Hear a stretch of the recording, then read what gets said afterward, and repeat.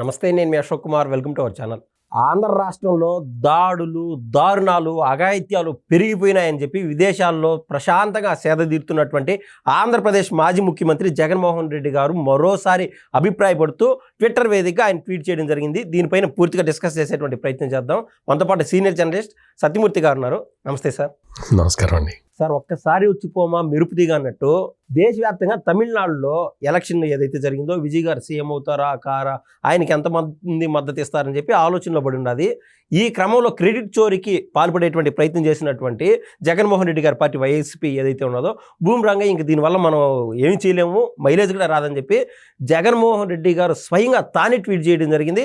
ఆంధ్ర రాష్ట్రంలో పోలీసులు పూర్తిగా టీడీపీ వాళ్ళకి ఏదైతే కూటమి పార్టీలకి తొత్తులుగా మారిపోయినారని చెప్పి ఆయన రాసుకొచ్చారు. సార్, అసలు రీసెంట్ పాస్ట్లో ఏదైనా గమనిస్తే అంత దాడులు, అక్రమాలు, అన్యాయాలు ఏం జరిగినాయని ఆంధ్ర రాష్ట్రంలో? మీరు ఆయన ఏదో ట్వీట్ పెడితే మీరు ఏం జరిగినాయి నన్ను అడిగితే నేనేం చెప్తాను? ఆయన మాట్లాడేదానికి కూడా స్వేచ్ఛ లేకుండా right to freedom of expression పైన నాగుబాబు మాదిర పడగలెత్తి మరి ఈ యొక్క కూటమి ప్రభుత్వం ప్రవర్తిస్తా అని చెప్పి ఆయన అభిప్రాయపడుతున్నారు. సార్, అదే చెప్తున్నా. ఆయనకి ఏంటంటే ఇక్కడ ఆయన టైంలో ఏమేం జరిగినాయో వాటన్నిటినీ ఇప్పుడు చంద్రబాబు ప్రభుత్వానికి ఆపాదిస్తూ రాశాడు. నాకు అర్థమైంది అయితే అది. మీకు ఒక సెంటెన్స్ చదువుతాను, వినండి. టీడీపీ కూటమి ప్రభుత్వ వైఫల్యాలు, మోసం, అవినీతి, దగ, ఇంకా ప్రజా వ్యతిరేక పాలనను ఎత్తి చూపే ప్రయత్నం చేస్తున్న సోషల్ మీడియా కార్యకర్తలు, వైఎస్ఆర్సీపీ మద్దతుదారులు, పాత్రికేయులతో పాటు సాధారణ పౌరులపైన రాజకీయ కక్ష సాధింపు, నిరంకుశ వైఖరి, బెదిరింపులు కొనసాగుతున్నాయి. తీవ్ర అధికార దుర్వినియోగంతో చాలా దారుణంగా వ్యవహరిస్తున్నారు. ఇదన్నీ జరిగినాయి ఆయన పాలనలో.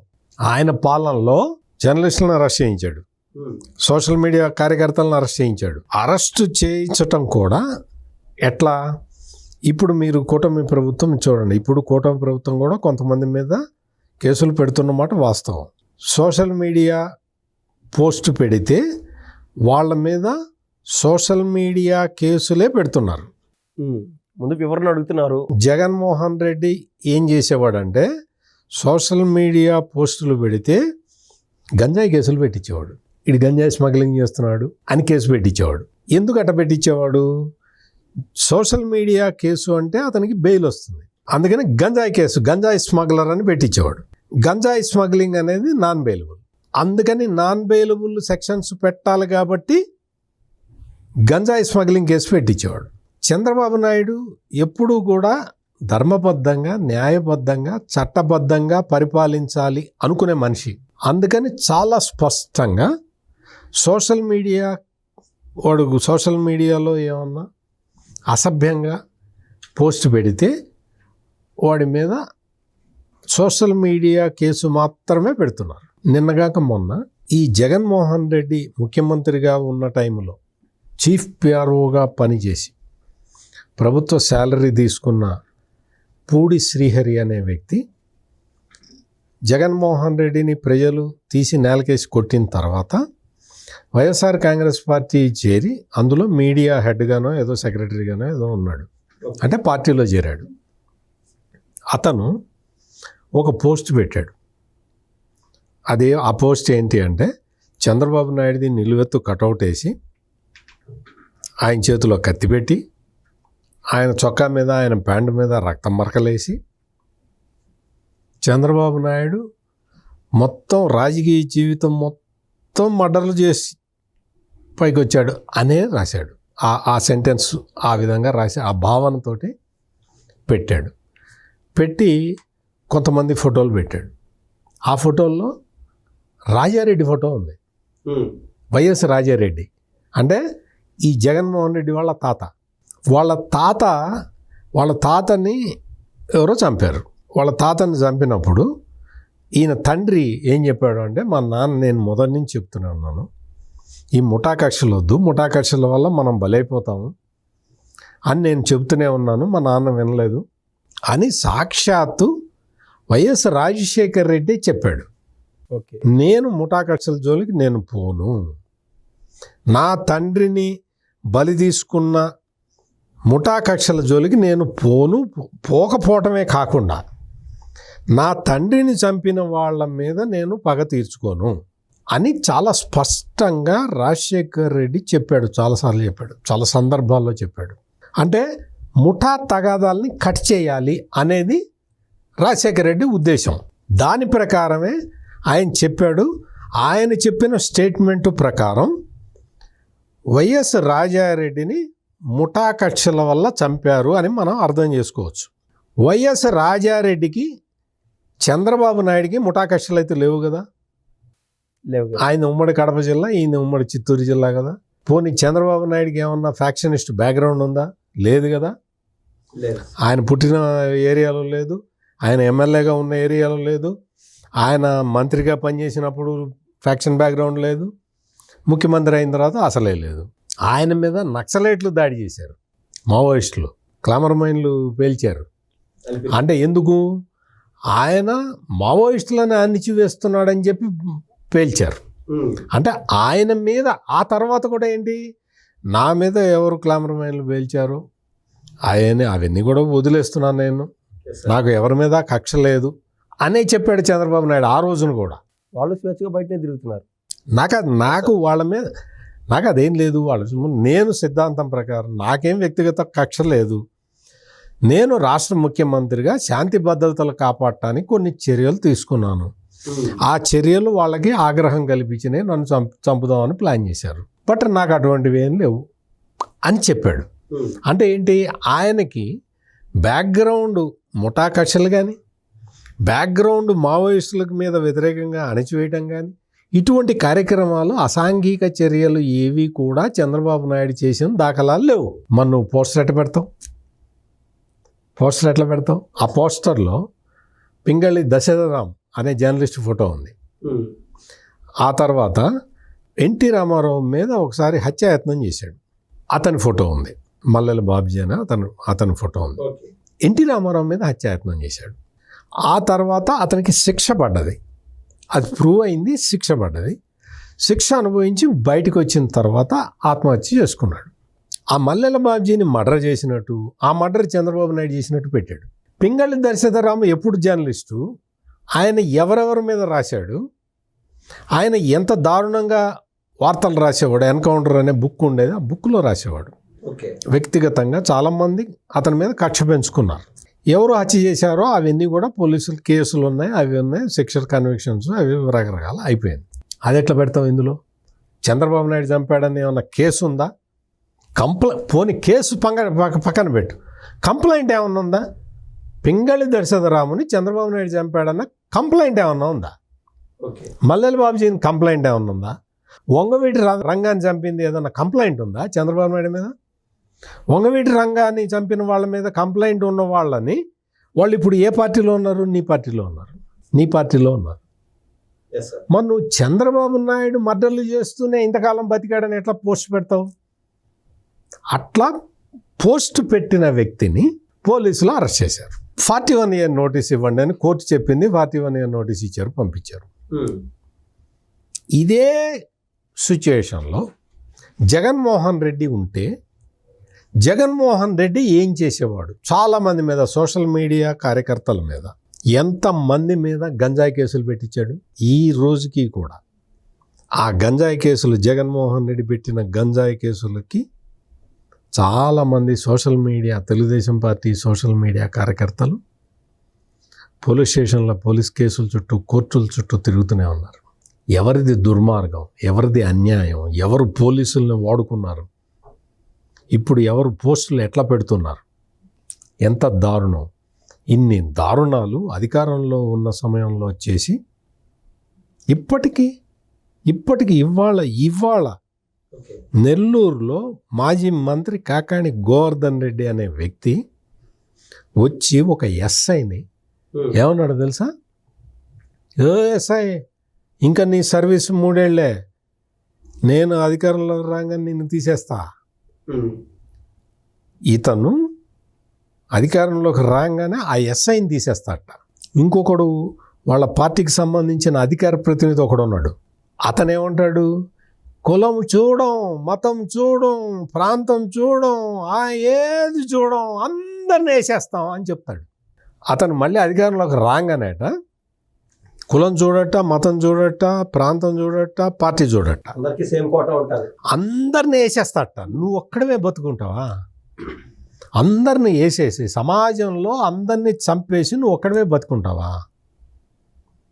ఇటువంటి మాటలు ఇప్పటికీ మాట్లాడుతూ శాంతి భద్రతలు అంటే వీళ్ళందరూ ఇట్లా ఎందుకు మాట్లాడుతున్నారు అంటే జగన్మోహన్ రెడ్డి వీళ్ళందరూ ఇలా మాట్లాడాలి అన్న ఉద్దేశంతో ముందు తనే మాట్లాడాడు.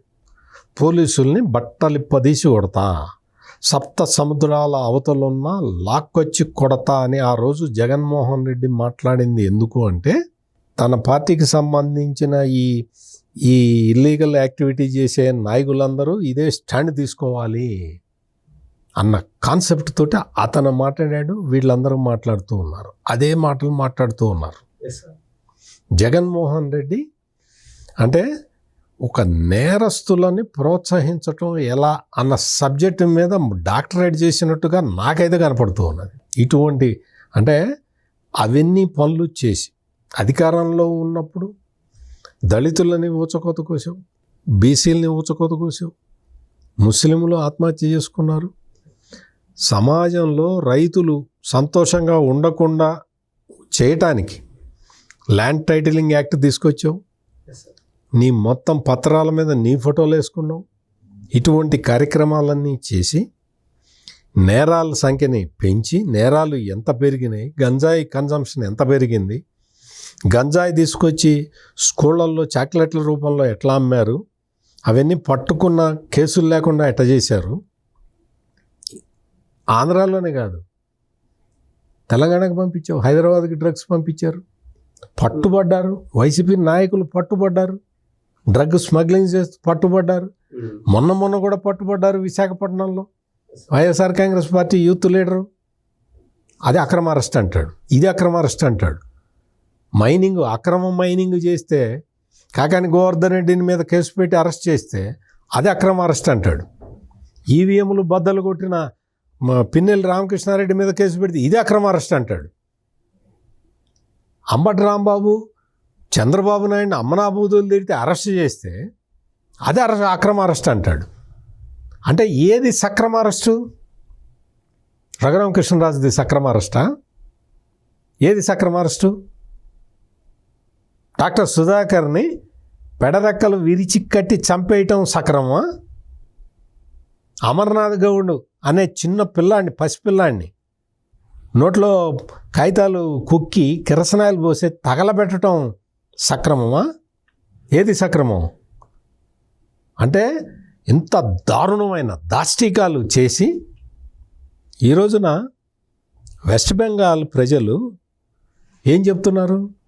మాకు స్వాతంత్రం వచ్చింది, హమ్కో ఆజాదీ మిల్ గయా, ఆగస్టు 15 ఆగస్ట్ హమ్ మనా రహే అని చెప్తున్నారు. వెస్ట్ బెంగాల్లో మమతా బెనర్జీ లాంటి ఒక నిరంకుశ రాజకీయ నాయకురాలు ఓడిపోయినప్పుడు మాకు స్వాతంత్రం వచ్చింది అని వెస్ట్ బెంగాల్ ప్రజలు చెప్పారు. కరెక్ట్గా 2 సంవత్సరాల కిందట ఆంధ్రప్రదేశ్ ప్రజలందరూ ఇవే డైలాగులు చెప్పారు. మాకు స్వాతంత్రం వచ్చింది, ఈ జగన్మోహన్ రెడ్డి ఓడిపోవటం వల్ల మాకు స్వాతంత్రం వచ్చింది అని ఆంధ్రప్రదేశ్ ప్రజలు, ఈరోజు బెంగాల్ ప్రజలు చెబుతున్న డైలాగులు వీళ్ళు బెంగాలీలో చెప్పారు, ఇప్పుడు చెప్తూ ఉన్నారు. ఆ రోజున ఆంధ్రప్రదేశ్ ప్రజలు తెలుగులో చెప్పారు జగన్మోహన్ రెడ్డికి అర్థం కావడానికి.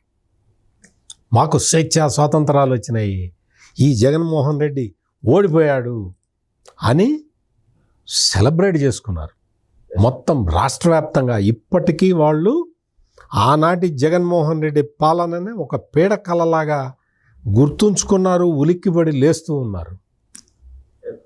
అటువంటిది ఈ బరి తెగింపు ఇప్పుడు మరింత ఎక్కువై పరిధి దాటుతోందిట. నువ్వు గంజాయి కేసులు పెట్టి ఎస్సీ ఎస్టీల మీద ఎస్సీ ఎస్టీ అట్రాసిటీస్ కేసులు పెట్టిన నువ్వు ఈ రోజునొచ్చి ఇటువంటి నీతులు చెబితే కరెక్ట్ కాదు. కూటమి ప్రభుత్వం అధికార దుర్వినియోగం అంతటితో ఆగిపోవటం లేదు. తమ పార్టీ నాయకుల్ని ప్రశ్నిస్తూ వారి తప్పుల్ని ఎత్తి చూపుతూ సోషల్ మీడియాలో పోస్ట్ చేసిన అంశాలను తొలగించాలని వారి ఖాతాలను బ్లాక్ చేయడం లేదా సస్పెండ్ చేయాలని ఆదేశిస్తున్నారు. ఇది ఎప్పుడు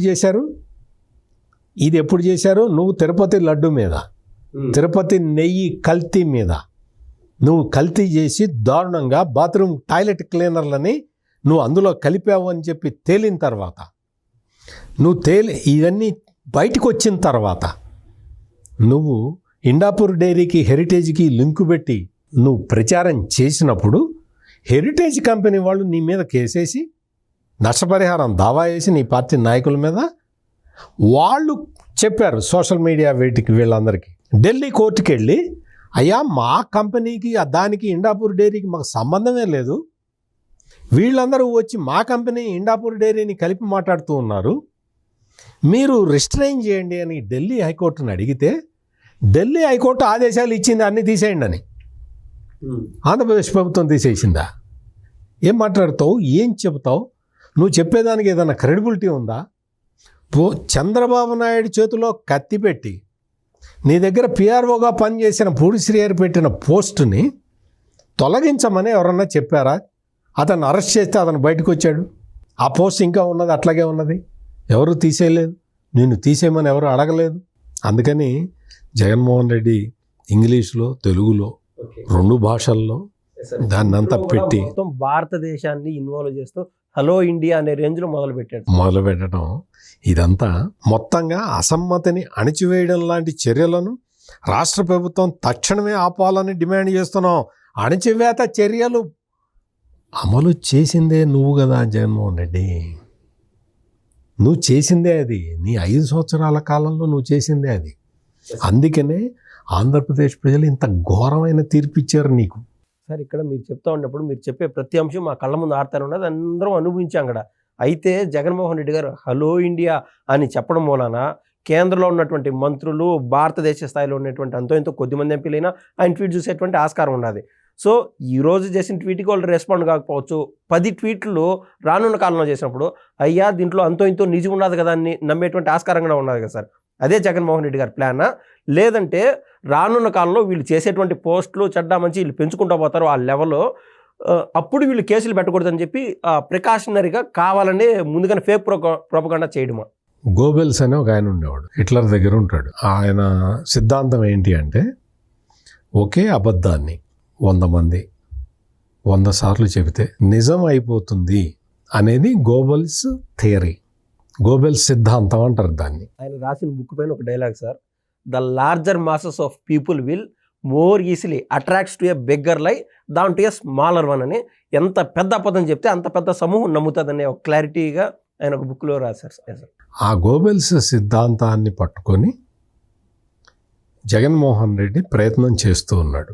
ఓకే, గోబెల్స్ సిద్ధాంతం చెప్పిన రోజులు అప్పుడున్న సామాజిక పరిస్థితులు ఎలా ఉన్నాయి, ఇప్పుడు ఈ జెన్జీ టైంలో ఇప్పుడున్న సామాజిక పరిస్థితులు ఏంటి అనేది చూసుకోవాలి. ఇప్పుడు జెన్జీ మొత్తం అంతా కూడా వాళ్ళు దేర్ స్ట్రైట్ ఫార్వర్డ్, వాళ్ళు వాస్తవాన్ని మాత్రమే లైక్ చేసే బ్యాచ్ అదంతా. వాళ్ళు చెప్తూ ఉన్నారు ఇటువంటి మాకు భేషజాలు అటువంటివి మాకేం లేవు, మేము వీ సెయిల్ విత్ ట్రూత్ అని చెప్పే బ్యాచ్ జనరేషన్ ఉన్నది ఇప్పుడు. ఓకే, నువ్వు వచ్చి గోబెల్స్ సిద్ధాంతాన్ని ఇంప్లిమెంట్ చేస్తాను అంటే నువ్వు చెప్పేవి అబద్ధాలు, నువ్వు చెప్పేవి అన్యాయమైన ఆరోపణలు అని మొత్తం ప్రపంచం మొత్తం తెలుసు. నువ్వు ఎట్లా పరిపాలించావో తెలుసు. నువ్వు పరిపాలించిన కాలంలో ఎంత దాష్టికాలు, ఎన్ని దాష్టికాలు చేశావో, ఎంత కిరాతకంగా ప్రవర్తించావో, ఎంతమంది పోలీసుల్ని ఉపయోగించుకున్నావో మొత్తం అంతా తెలుసు. ఎంతమంది నీ బారిన నీ క్లచెస్లో నీ కోరల్లో చిక్కి ఎంతమంది పోలీసు అధికారులు ఈ రోజున కేసులు ఎదుర్కొంటున్నారో మనం చూస్తూనే ఉన్నాం. ఎంతమంది ఐపీఎస్లు, ఎంతమంది ఐఏఎస్లు. నిన్నగాక మొన్న తిరుపతి కల్తీ నెయ్యి కేసులో నువ్వు 2 ఒక ఐఏఎస్ ఆఫీసర్ని ఇరికిచ్చావు, ఒక రక్షణ శాఖలో పనిచేసి రిటైర్ అయిపోయిన ధర్మారెడ్డిని ఇరికిచ్చావు, ఇంతమందిని ఇరికిచ్చావు కదా జగన్మోహన్ రెడ్డి. నీ బారిన పడి ఎంతమంది కేసుల్లో ఇరుక్కున్నారు. నువ్వైతే సుఖంగా ఉన్నావు, అంతవరకు నేను చెప్తా. నువ్వు సుఖంగా లండన్లో పర్యటిస్తూ ఉన్నావు, హ్యాపీ. కానీ మరి వీళ్ళందరినీ ఎందుకు ఇరికిస్తున్నావు? అందుకని చంద్రబాబు నాయుడు ముఖ్యమంత్రిగా ఇప్పుడు 4వ సారి చేస్తూ ఉన్నాడు. చంద్రబాబు నాయుడుతో కలిసి పనిచేసిన ఐఏఎస్లు ఐపీఎస్లు ఎప్పుడన్నా కేసుల్లో ఇరికారా? మరి ఆ అదృష్ట భాగ్యం జగన్మోహన్ రెడ్డికి ఎందుకు దక్కుతున్నది? జగన్మోహన్ రెడ్డితో కలిసి అక్రమాలు చేసిన ఐఏఎస్లకి ఐపీఎస్లకి ఎందుకు ఈ భాగ్యం కలుగుతున్నదో ఒక్కసారి ప్రజలందరికీ అర్థమైంది. అర్థం కావాల్సింది ఎవరికంటే ఈ జగన్మోహన్ రెడ్డి పార్టీలో ఇంకా పెట్టరేగి ప్రవర్తిస్తున్న వాళ్ళకి. ఓకే, ధన్యవాదాలు. నమస్కారం అండి.